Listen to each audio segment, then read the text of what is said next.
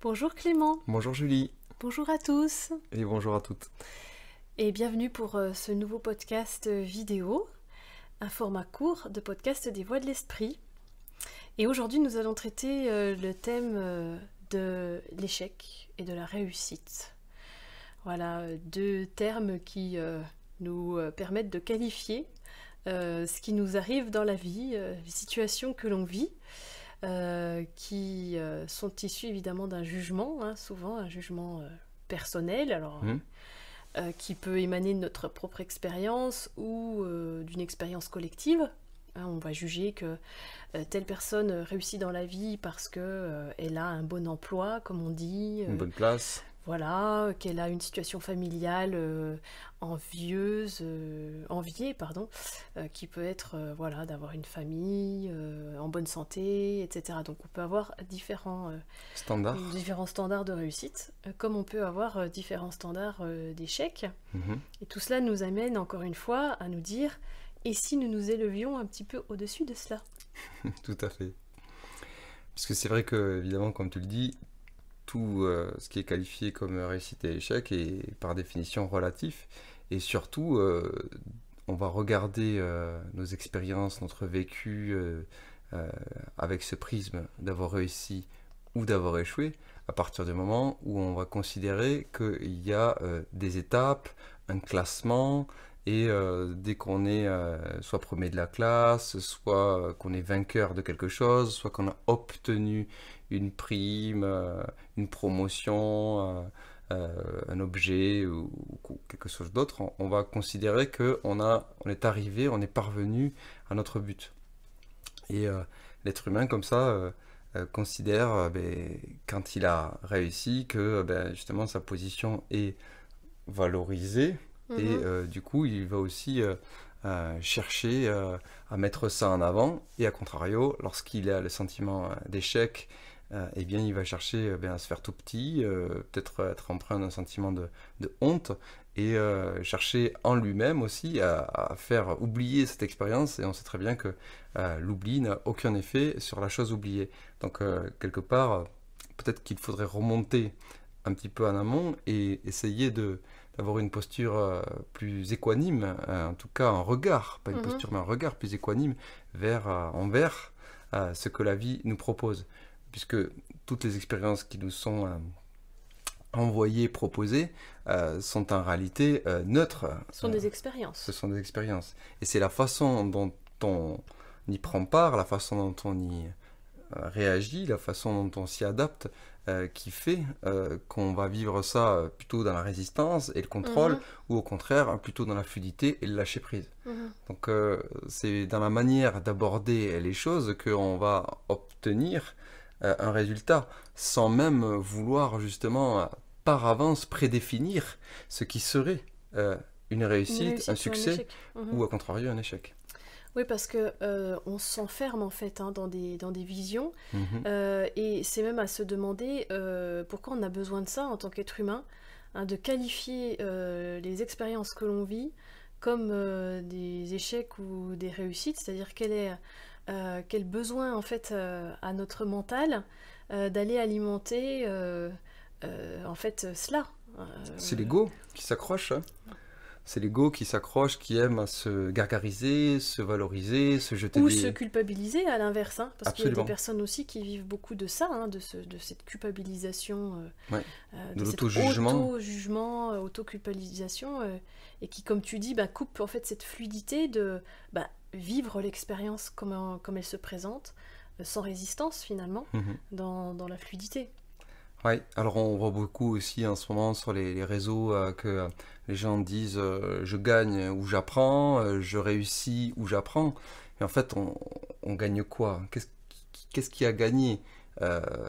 Tout n'est qu'apprentissage en fait. On est toujours en train d'apprendre, puisque considérer devoir gagner, c'est encore une fois se placer au-dessus des autres, au-dessus du concurrent, au-dessus de l'adversaire. Et peut-être qu'il est temps aujourd'hui, si on aspire à voir naître autre chose comme modèle et comme humanité, de sortir de ce rapport concurrentiel et compétitif des uns avec les autres. Et pour ça, effectivement, c'est entrer dans une collaboration vertueuse, une co-création finalement qui permettrait un déploiement de l'énergie d'amour de chacune et de chacun au service d'une humanité plus unie. Parce que lorsqu'on gagne, qu'est-ce qu'on gagne en fait? On gagne au détriment des autres. Bien souvent, ouais, Oui, la parce que réussite implique que c'est il y a 1000 déçus détriment. pour un heureux. Mhm. Vous vous rendez compte? C'est terrible en fait. C'est Mhm. derrière en fait on fait peser quelque part une charge de souffrance, comme on pourrait dire, pour tous ceux qui croient et qui aspireraient à vouloir rejoindre la première place ou au moins le top 3 ou le top 10. Donc à un moment donné, c'est presque une maladie, quoi, quelque part, de l'humanité que d'aspirer toujours à être le premier. Alors ça ne veut pas dire qu'on ne peut pas chercher à faire de son mieux chaque jour, à s'élever et à être finalement aligné avec ce qui nous semble voilà, le plus beau. Hein, le plus juste le pour plus soi juste aussi. pour soi. Ouais.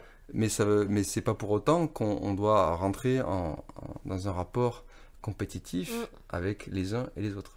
Oui, parce qu'on s'inflige quand même à se donner des critères, notamment de réussite, hein, en se disant, en fonction de son activité professionnelle, par exemple, on va juger que la réussite, ça correspond à... Voilà, alors par exemple, quelqu'un qui va faire un film, ça va être combien de personnes vont aller le voir dans les salles, ou quelqu'un qui écrit un livre, ou... voilà, aujourd'hui, on est beaucoup sur le nombre de vues. Le volume. Le volume, voilà, la quantité. On se rend compte que la réussite est souvent associée à la quantité, beaucoup plus qu'à la qualité finalement. C'est valable aussi, même pour les fruits et légumes. Hein. Aujourd'hui, il faut du gros calibre, il faut que ça pèse lourd. Mais tout ça, c'est aussi dans une vision mercantile. C'est-à-dire que plus mon calibre, mon poids est important, plus je vais faire de la marge, plus je vais faire du volume. Et donc quand on ne l'atteint pas, hein, évidemment, le nombre de vues ou le gros calibre, etc., on s'inflige une grande souffrance finalement en disant j'ai raté, c'est l'échec, et puis on enferme en fait, on s'enferme dans une vision qui ne laisse pas place à quelque chose de beaucoup plus grand, de beaucoup plus beau.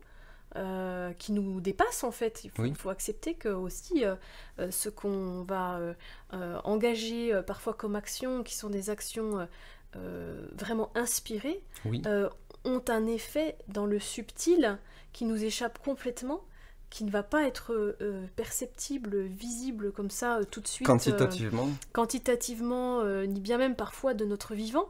Et on peut le voir. Absolument. Hein, voilà, dans certains grands messages, grands messagers aussi de l'humanité qui, ont commencé petits, comme on dirait, et puis dans le subtil, les choses se sont faites pour que dans la matière, ensuite, ça se matérialise d'une façon complètement inattendue, parce qu'il n'y a pas eu cette attente, il n'y a pas eu cette attente et dans laquelle on enferme en fait nos actes, tout simplement. On le voit lorsqu'on est un contemplatif d'un paysage qui nous émeut ou qui nous submerge de sa beauté, à quel point notre vibration, notre amour là, de cette communion qui se fait entre l'intérieur et l'extérieur va imprégner notre soirée et qu'on va rayonner cet état-là pendant des heures et des heures. Et ça, bien effectivement, c'est pas mesurable, c'est pas quantifiable. Et pour autant, cette vibration est là, elle se propage, elle se diffuse, et c'est tout autant merveilleux et beau que de finalement avoir un public à ses pieds, en quelque sorte, ou un nombre de followers, comme tu disais, qui confirme ou qui adoube ce que l'on est en train de créer ou de partager. Oui, parce que finalement, on est exactement à sa place. Quand on est dans cet état-là d'ouverture totale, où il n'y a plus d'attente de résultats, en fait. Ça, c'est vraiment, je pense, une des clés pour sortir de cette dichotomie échec-réussite. Oui, ou création-non-création. Voilà. Là, on est toujours en train de créer cet état, cultiver cet état d'être. Cet état d'être de nos non-attentes, et juste d'être traversé, quoi, par ce qui est. Par ce qui est là. Et pour terminer, il est essentiel de saisir que nous sommes un océan, hein, et une humanité une et indivisible, et que réussir au détriment des autres, en fait, c'est une pure ineptie presque, c'est une illusion. On ne peut en fait réussir que lorsque la seule réussite qui soit, c'est lorsqu'on se met au service et que tout le collectif bénéficie finalement de ce que l'on offre et collectivement on avance et qu'on s'élève ensemble vers un destin plus lumineux.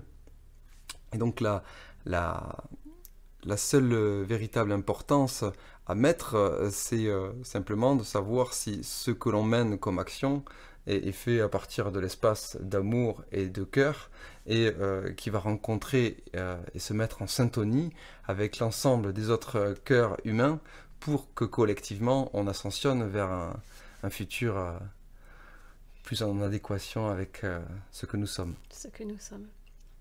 Merci Clément. Merci à toi Julie, à tout bientôt. À bientôt pour un prochain podcast. Merci.